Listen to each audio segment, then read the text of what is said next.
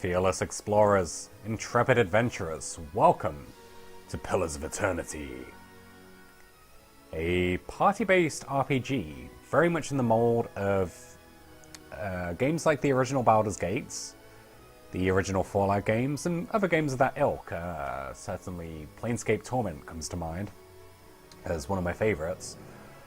But I believe this is pretty much directly inspired by the original Baldur's Gate games, which is why I mentioned those up front.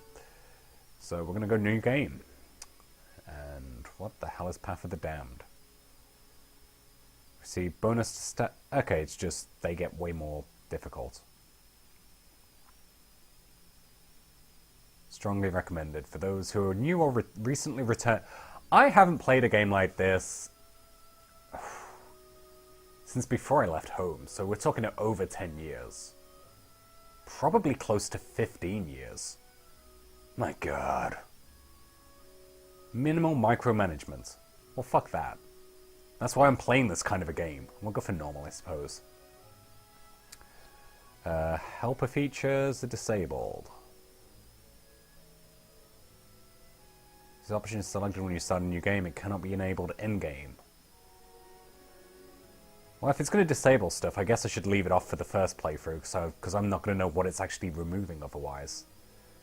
And Trial of Iron? Only one save file is kept. Oh, so that's Iron Man mode. I haven't understood the current fascination with having this kind of I get why people do it, but the fact that game developers are putting the mode into the game themselves is not just relying on you to, see to it yourself. Like, if you can't be trusted with your own save files, I don't know why the developers should be the ones babysitting you. So let's accept as we gaze upon this rock. Oh, okay.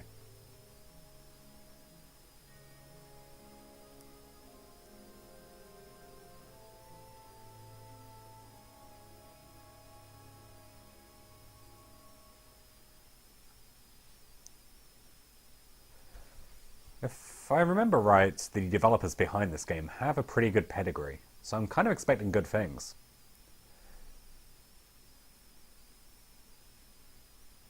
Potions, scrolls, and food items can be created by clicking on the crafting button in any party member's inventory. Well, at least they're giving you plenty of time to read the loading screen tips in this one. Ooh. And that is a very Baldur's Gate-esque cursor. Their master glancing ever upward to the skies for assurance that he is on the right course. A dim lantern is only protection against the approaching darkness. But the skies bring no comfort, shining no light, betraying no hint of what they know. The caravan carries travelers bound for the frontier hamlet of Gilded Vale, you among them, where a local lord has offered land and wealth to settlers from abroad looking for a fresh start. You have taken suddenly ill, sweating and shivering, and one of the other travelers signals for the caravan master to stop on your behalf. He pulls up just in time to avoid plowing into the trunk of a fallen tree that bars the way ahead.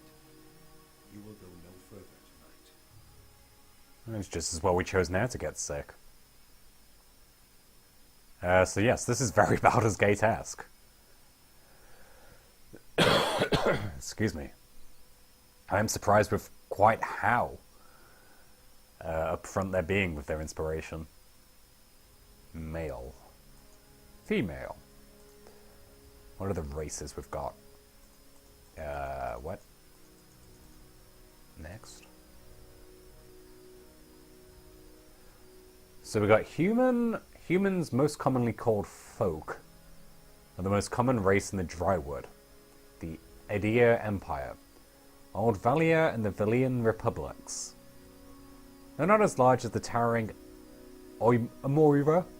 Humans... Oh my god, I need to sneeze. 1 second. Yep. No, it's gone. Yep. It's gone. For their strength and willpower. Okay, these... avatars. What the hell? They look exactly like avatars. And they're very shiny. They are the largest of the Kerf races, commonly found in or near oceans. Though not truly aquatic, then why are they in it? Naval dominance, they have unparalleled strength. Scottish dwarf. Alright, I don't know. They are blah blah blah blah blah. Strength, might +2, dexterity -1, and constitution +1. Elf.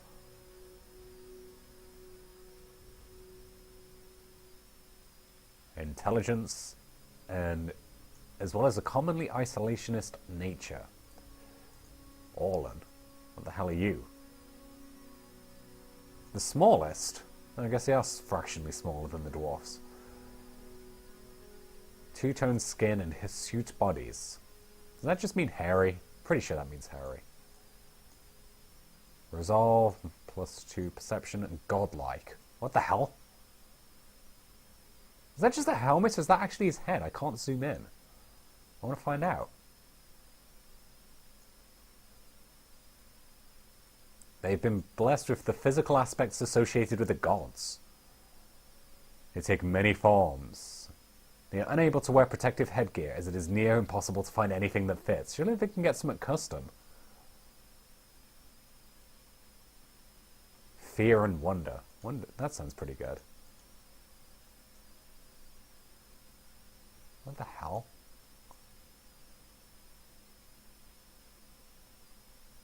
She looks like a fish.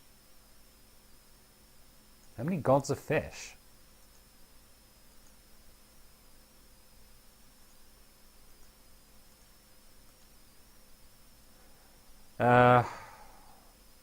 Yeah, screw it, we're gonna go human. But a human man. Because I don't have it in my voice to do the female voices today.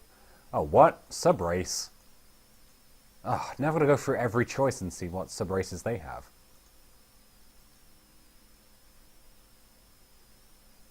Oh, it's a Dreadlock Rasta. Awesome. Okay, this guy just likes to draw on his face. A pale elf. Increased burn and freeze damage. Oh, crap.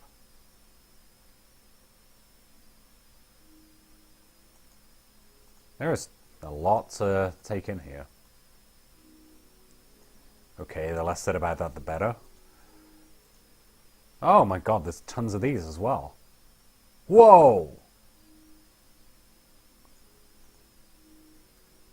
That's kind of funky. That's not.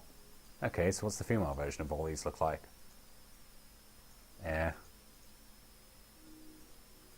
Oh yeah, next.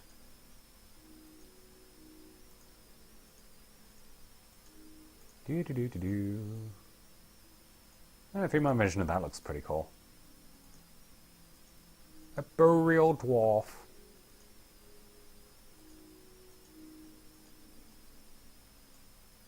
I like the white hair.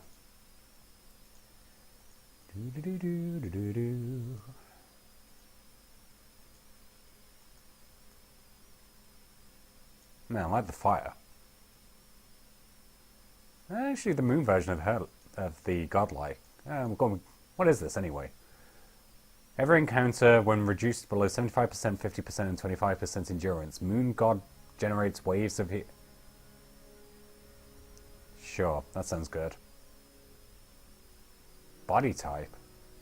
What? I can make her a tiny little god. I'm gonna make her a huge god. Why do I want to be tiny?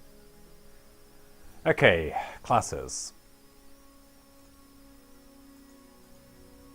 I've got to stop basing what I'm choosing based on how they look. Or maybe not. I think I found my class.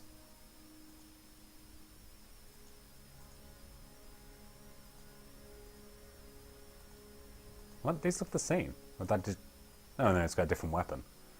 What about monk? It's party time. She's got a night dress on. Her evening dress, rather.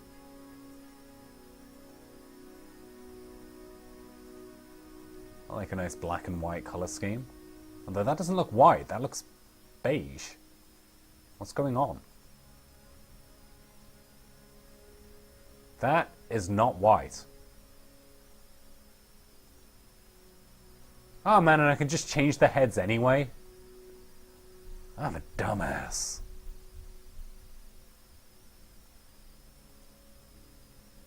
Oh well, we'll just keep it with that one, considering that's why I chose it. What? That does not look what her face looks like.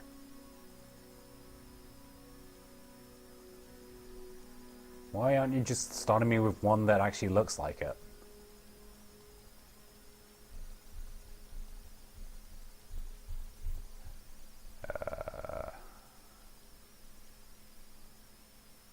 Screw it.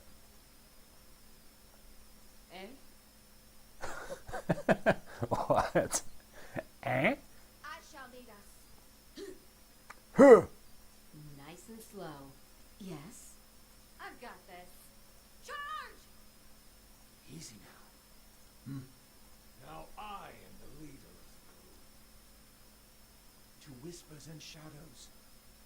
Now I am leader of the group. You won't see me coming. Yeah, I like a bit of sinister. Sounds good. Oh crap, a name.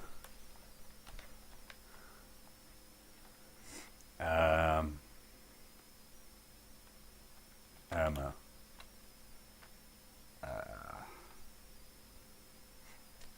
Well, she's godlike, she's blue. And... oh...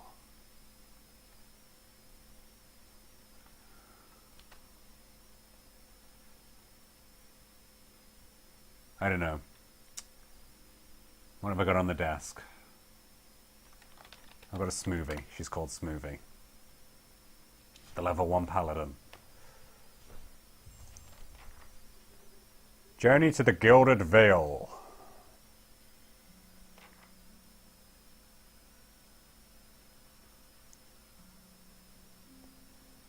This is so Baldur's Gate. The Caravan Master finishes addressing the group, his bushy red moustache and sagging jowls quivering as if for emphasis. Everybody stays close to the wagons, got it? Stay out of the woods, and beasts take you if you were planning a stroll through those ruins up there. He nods towards a looming black mass on the hillside.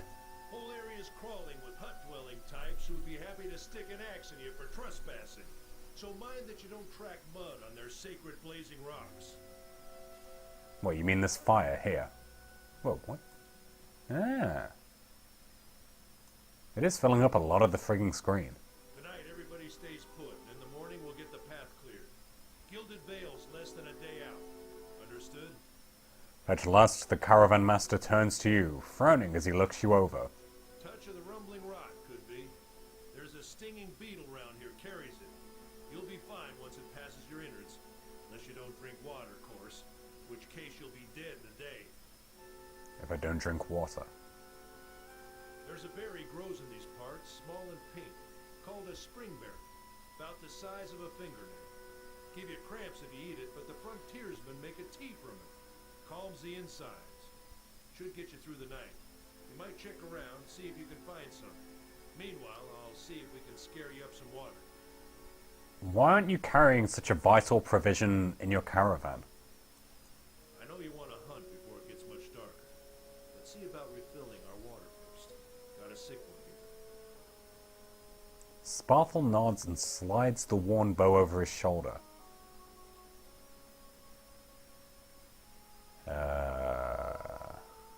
Okay, I'll go get those berries. Hold on.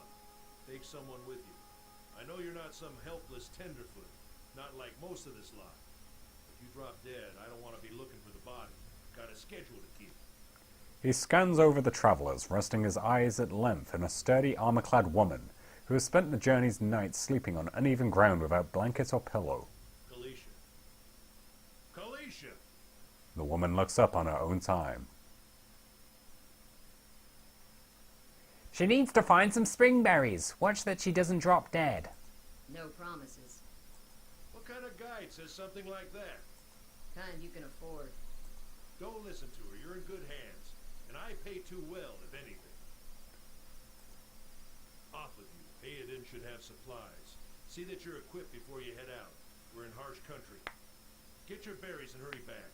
And if you get so much as a tickle of wind, you drop everything and you run. Something in the air tonight. If it's a Beawick, we'll shelter in the ruins. Hut dwellers be damned. Don't I already have equipment? End dialogue. Welcome to Pillars of Eternity. Let's get going before you keel over. Shh. Welcome to Pillars of Eternity. If this is your first visit to the world of Eora, you may want to watch these windows. What? Oh, okay, these are tutorial messages. Okay, those can go. Thank you. Okay, she's a fighter, excels at close quarter combat and defense. Use her abilities to complement your own. To select a party member? Yes, yes. Yes. I've played Baldur's Gate. Thank you. Yes, I have played Baldur's Gate. Thank you. What is it? We're good.